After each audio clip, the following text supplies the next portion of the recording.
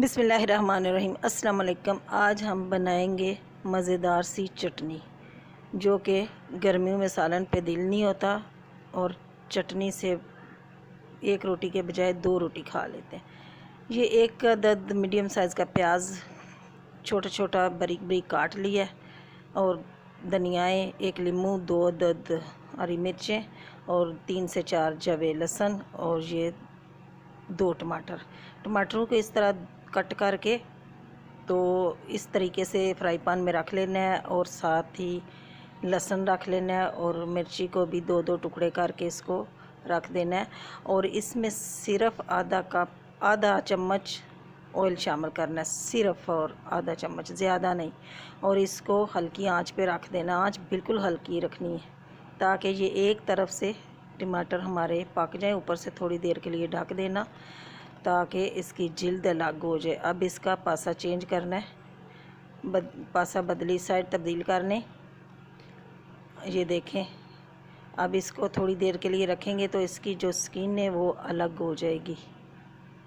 हमें सिर्फ इनकी स्किन अलग करनी है और साथ साथ ये लहसुन है ये भी गल जाएगा। ये देखें जी, ये इस तरीके से स्किन ऊपर से हटा दें टमाटर से। और लहसुन भी हमारा गल चुका है और मिर्ची भी हमारी गल चुकी है।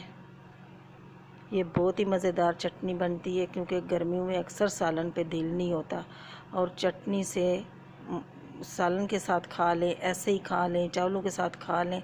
हर किस्म की चटनी बहुत ही मज़ेदार लगती है गर्मियों में।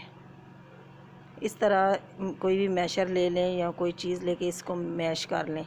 और लहसुन भी ये देखें गल चुका है, लहसुन को भी अच्छे तरीके से मैश कर लें और टमाटर को भी बिल्कुल मैश कर लें। ये देखें जी, ये टमाटर हमारे मैश हो चुके हैं, लहसुन भी हो चुका है, मिर्ची भी मैश हो चुकी है। अब हम इसको प्लेट में डालते हैं।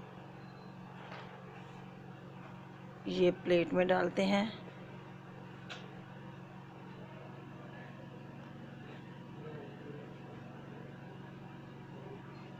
अब इसमें सूखे मसाले डालते हैं और मसाले इसमें बराए नाम जाते हैं बिल्कुल थोड़े से।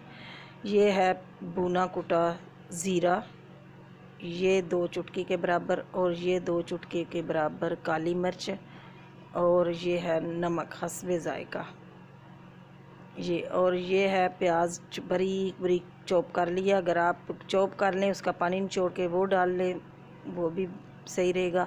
और ये बारीक बारीक धनिया कटा हुआ है और इस पे एक लीमू निचोड़ लेंगे, फिर इसको कर लेंगे मिक्स। ये चटनी हमारी तैयार है, बहुत ही मज़ेदार लाजवाब चटनी। अल्लाह ताला आपको अपने हिफ्ज़-ओ-मान में रखें, दुआओं में याद रखना। अल्लाह हाफिज़।